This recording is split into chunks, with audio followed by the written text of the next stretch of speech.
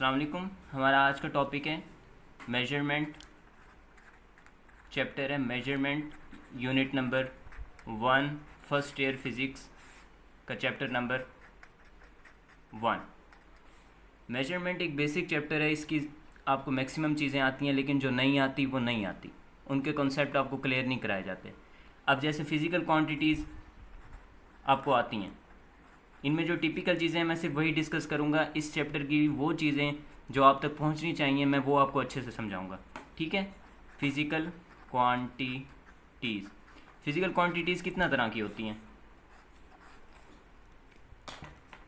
Based,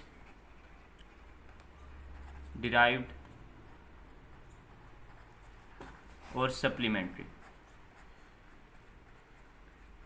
ठीक है। अब मैं आपसे पूछता हूँ कि बेस्ड कितना है, आप कहते हैं 7। डिराइव्ड बहुत सारी होती हैं, सप्लीमेंट्री कितना होती हैं? 2, ठीक है। बेस्ड आपको आती हैं time, mass, intensity of light, blah blah blah, current की एम्पेयर वगैरह हो गई, ये सारी बेस्ड आ जाती हैं। और उसके बाद सप्लीमेंट्री। अब मैं पूछता हूँ सप्लीमेंट्री क्वांटिटीज़ कौन सी होती हैं? आपके जहन में क्या आएगा फ़ौरन? सप्लीमेंट्री को और भी कहते हैं जियोमेट्रिकल।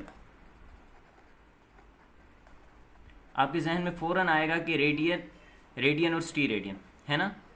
रेडियन और स्टी रेडियन सप्लीमेंट्री क्वांटिटीज़ नहीं हैं। रेडियन और स्टी रेडियन सप्लीमेंट्री क्वांटिटीज़ के यूनिट्स हैं। सप्लीमेंट्री क्वांटिटीज़ जब आएगा तो आपने ऑप्शन टिक करने हैं सॉलिड एंगल और प्लेन एंगल वाला। ये यूएचएस का 2017 के रिकंडक्ट का ऑब्जेक्टिव है और सब बच्चों ने ये गलत किया था। सॉलिड एंगल और, हाँ, इनके यूनिट्स हैं हमारे पास टी रेडियन और रेडियन।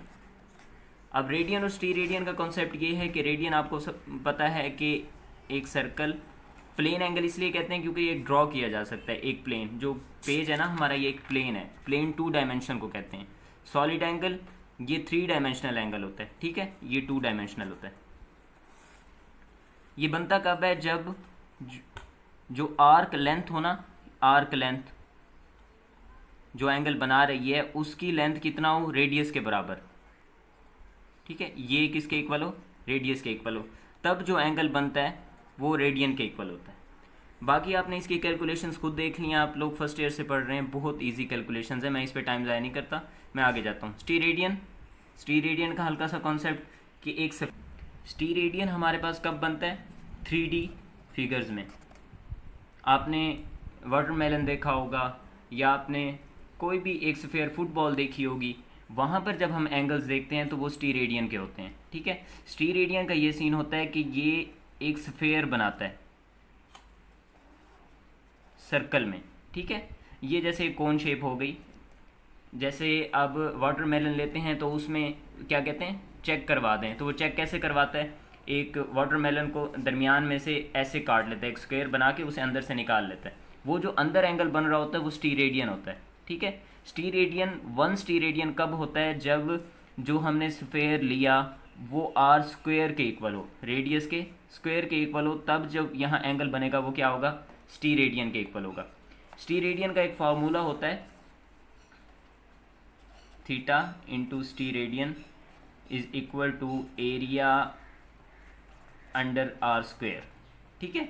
अब ये ऑब्जेक्टिव आती रहती है कि अगर एक पूरा सर्कल है, एक पूरा स्फीयर है, ठीक है, पूरे स्फीयर के सेंटर में कितना स्टी रेडियन एंगल बनेगा? अब पूरे सर्कल का एरिया क्या होता है? 4 pi R square over R square. R square से R square cancel, 4 pi steradian angle बनेगा, ठीक है। एक स्फीयर अपने सेंटर पे कितना स्टी रेडियन एंगल बनाता है? 4 पाई। एक सर्कल अपने सेंटर पे कितना रेडियन एंगल बनाता है? 2 पाई रेडियन, ठीक है। ये बातें आपको वैसे भी पता होंगी। इसके बाद हम आ जाते हैं उन चीज़ों पे जो, हाँ, इसके बाद प्रीफिक्सेस हैं। मैं आपको सब चीज़ें बताता जाता हूँ, आपने उनमें से क्या क्या करना है। बेस्ड क्वांटिटीज़ ये आपको याद होनी चाहिए, इनके सिंबल्स, यूनिट्स, ये सब याद होने चाहिए। डिराइव्ड क्वांटिटीज़ का आपने ये करना है कि डिराइव्ड क्वांटिटीज़ को आपने बेस यूनिट्स में कन्वर्ट करना है।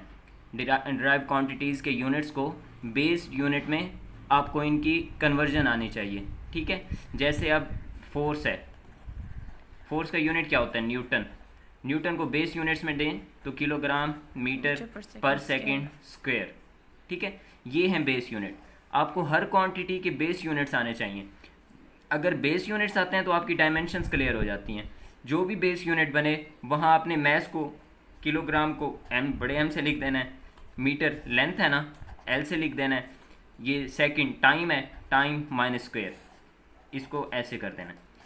इस डिराइव्ड क्वांटिटीज़ को के यूनिट्स को जब आप बेस यूनिट्स में तब्दील करते हैं तब आपके डायमेंशंस भी हो जाते हैं और बेस यूनिट्स वाला कॉन्सेप्ट भी ठीक हो जाता है, और इससे हर साल एक ना एक ऑब्जेक्टिव लाजमी आता है, ठीक है। आपको आपके फर्स्ट ईयर और सेकंड ईयर की बुक में जितना क्वांटिटीज़ यूज़ हुई हैं, जितना यूनिट्स यूज़ हुए हैं, उनकी बेस यूनिट में कन्वर्जन आनी चाहिए, ठीक है। अगर आपसे कोई कन्वर्जन नहीं हो रही तो आप लोग मुझे डीएम कर दें, मैं इंशाल्लाह आपको खुद बता दूंगा, ठीक है।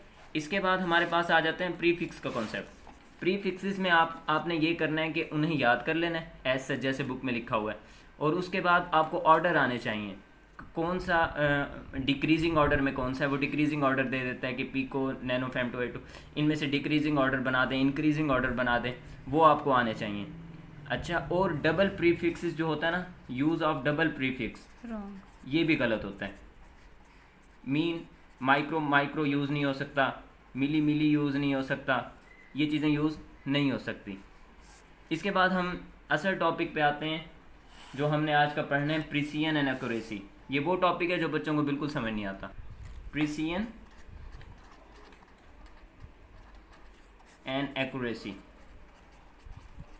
सबसे पहले मैं ये बताऊंगा कि ये टॉपिक बुक में इकट्ठा लिखा हुआ है, लेकिन इन दोनों का आपस में एज सच कोई रिलेशन नहीं है, ठीक है। ये एक दूसरे के साथ कनेक्टेड नहीं है। हम ये नहीं कह सकते अगर प्रिसिजन बढ़ाएं तो एक्यूरेसी कम होगी या बढ़ेगी। सबसे पहले कि इनका आपस में कोई रिलेशन नहीं है। इसके बाद मैं आपको, जैसे ही आपके सामने वर्ड प्रिसिजन आए तो आपको क्या जहन में आना चाहिए कि प्रिसिजन किससे रिलेटेड होता है, इंस्ट्रूमेंट। मैं आपको आगे समझाता हूँ, ये इंस्ट्रूमेंट रिलेटेड। एक्यूरेसी का वर्ड सामने आए तो ये है किससे रिलेटेड होता है, मेजर्ड वैल्यू से,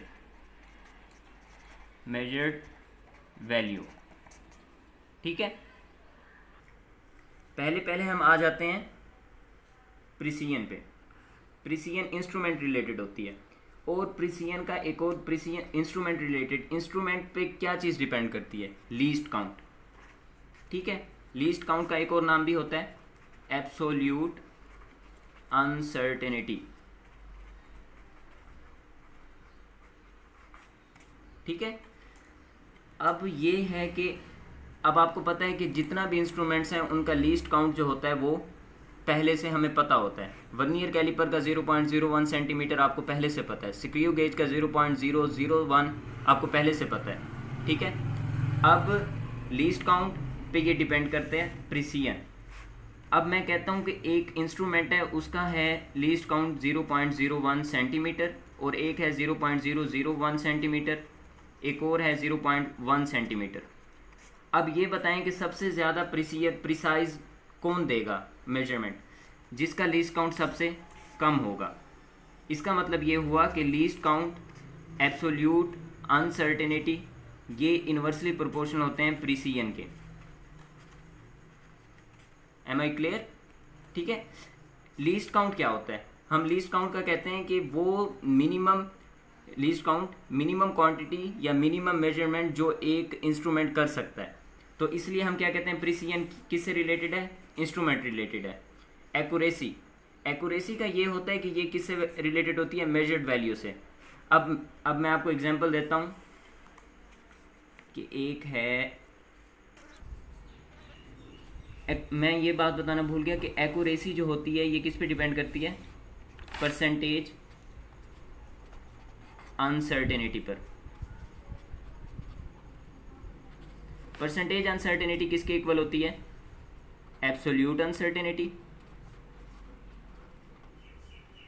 uncertainty over measured value multiplied by 100, ठीक है। अगर मैं ये 100 हटा दूँ तो ये वाला जो बचता है इसे कहते हैं फ्रैक्शनल अनसर्टेनिटी। ठीक है, फ्रैक्शनल अनसर्टेनिटी को जब हमने परसेंटेज में तब्दील करना हो तो उसे 100 से मल्टीप्लाई कर देते हैं और वो क्या बन जाती है, परसेंटेज अनसर्टेनिटी। एब्सोल्यूट अनसर्टेनिटी किस चीज़ का दूसरा नाम है, लीस्ट काउंट का। ठीक है, और मेजर्ड वैल्यू जो हमने उस इंस्ट्रूमेंट से मेजर की है उसे मेजर्ड वैल्यू कहेंगे।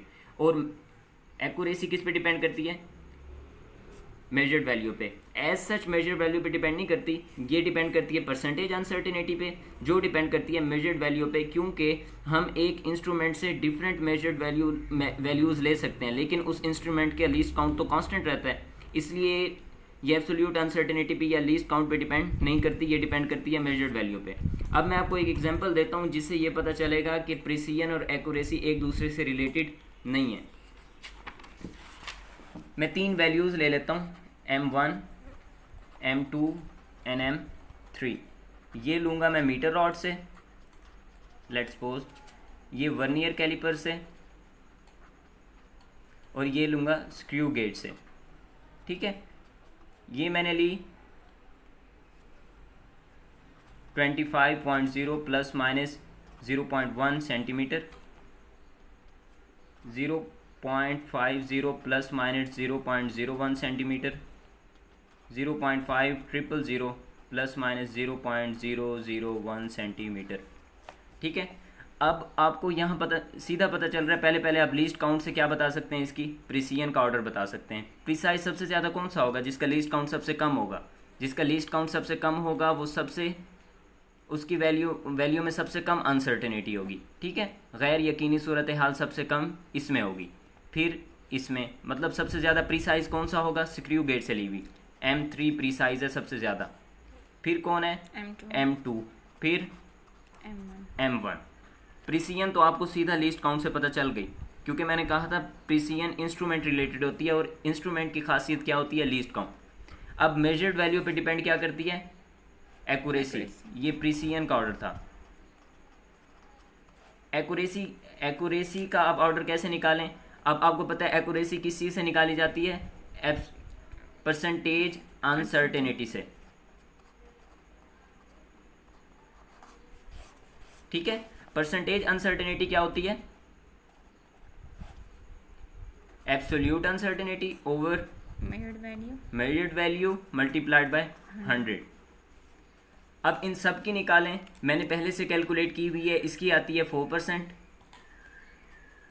इसकी आती है 0.2%, इसकी आती है आई थिंक 0.02 या 0.4 आती है, ये 0। अब हम सपोज कर लेते हैं ये आता है 0.04, 0.2, ये 4। अब ये बताएं कि इन सब में परसेंटेज अनसर्टेनिटी सबसे ज़्यादा किसकी है, 4%। सबसे ज़्यादा गैर यकीनी सूरत हाल इसकी, जिसकी ज़्यादा गैर यकीनी सूरत हाल मतलब अनसर्टेनिटी जिसकी ज़्यादा होगी उसकी एक्यूरेसी क्या होगी, ज़्यादा या कम, ज़्यादा, कम होगी। जिसकी अनसर्टेनिटी ज़्यादा, जिसके अंदर गैर यकीनी सूरत हाल ज़्यादा, उसकी एक्यूरेसी कम। ज़्यादा एक्यूरेट चीज़ क्या होती है, जिसमें कोई भी गैर यकीनी सूरत हाल ना हो, कोई भी अनसर्टेनिटी ना हो। ठीक है, समझ आइए अब ये देखें यहाँ पर अनसर्टेनिटी, परसेंटेज अनसर्टेनिटी सबसे ज़्यादा, इसका मतलब ये सबसे कम एक्यूरेट। तो यहाँ सबसे पहले हम एक रिलेशन बना लेते हैं, जैसे हमने ये वाला बनाया था कि प्रिसीजन और लीस्ट काउंट का रिलेशन बनाया था, ये एक दूसरे के इन्वर्स होते हैं। इसी तरह एक्यूरेसी इन्वर्सली प्रोपोर्शनल होती है किसके, परसेंटेज अनसर्टेनिटी के। ठीक है, अब यहाँ पर सबसे ज़्यादा अनसर्टेनिटी इसकी आई, तो ये सबसे कम एक्यूरेट, M1 सबसे कम एक्यूरेट। उससे ज़्यादा एक्यूरेट कौन सी है, 0.2। 0.2 किससे, 0.04 से ज़्यादा या कम है, ज़्यादा है, 0. ज़्यादा है। इसका मतलब उससे तो कम है लेकिन इसकी अनसर्टेनिटी क्या आ गई। इसके बाद हमारे पास कौन सी वैल्यू है, 0.2। 0.24 से कम है, 0.04 से ज़्यादा है।